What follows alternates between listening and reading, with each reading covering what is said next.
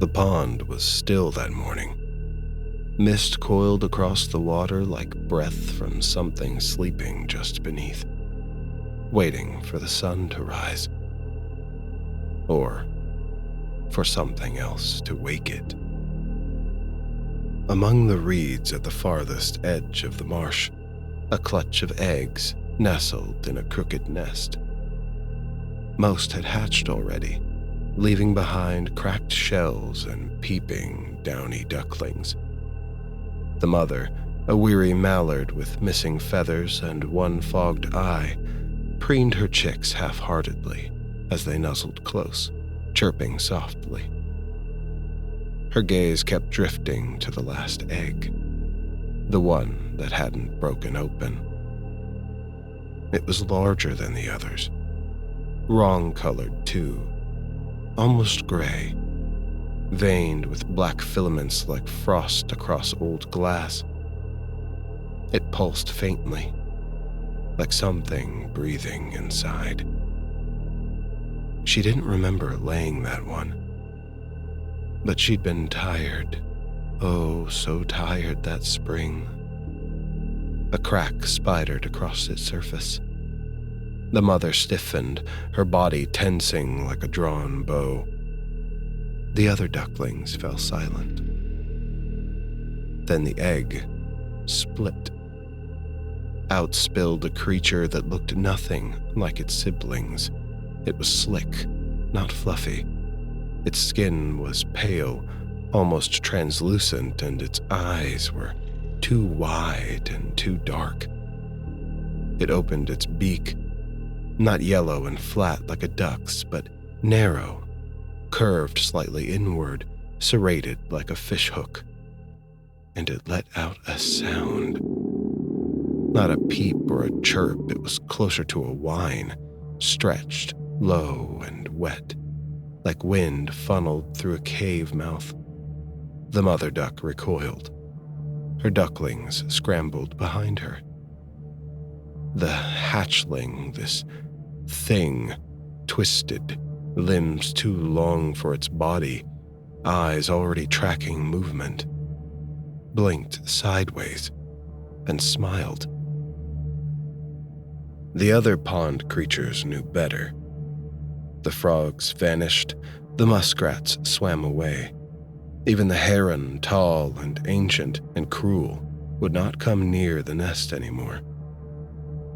At night, something disturbed the water, ripples with no source, bubbles rising in perfect spirals, dead fish floating belly up at dawn, their eyes sunken in, and always the whisper of tiny webbed feet along the shore. Too many feet. The strange hatchling grew fast. It no longer followed the mother duck, but watched her. Sometimes she'd wake in the middle of the night to find it standing just at the edge of the nest, motionless, head tilted, listening. Sometimes it whispered to the water. Sometimes the water whispered back. And the other ducklings, one by one, stopped chirping. Then they stopped moving.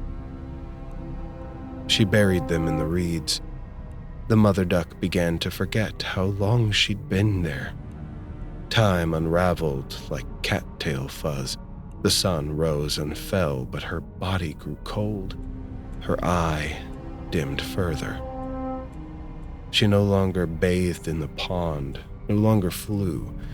She simply watched that thing, that not duck, and hoped that it would leave.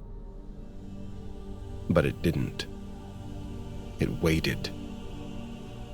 One night, the moon rose red and close, and the pond shimmered like a wound. The reeds leaned away from the water.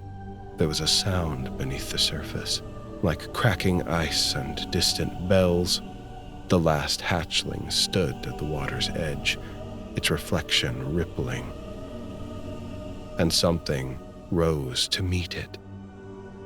Not a parent or a sibling, but a shape older than feather and beak, a thing made of mud and memory, of forgotten eggs and broken nests. Its limbs were too long. Its head was crowned with twisting antlers of bone and cattail. Its mouth stretched wide and webbed like a split sack. It looked down at the hatchling and spoke in a voice that churned the water. "My beautiful one, my little echo." The hatchling made that low, cavernous sound again. The creature reached down and touched it, and where the hatchling had been, there now stood a tall, sinewy thing with skin like oil slick and feathers like rotted velvet. It no longer smiled with a beak. It smiled with teeth. The mother duck did not scream as it turned toward her. The thing that may have once been her child reached down and cradled her gently, and then dragged her into the pond.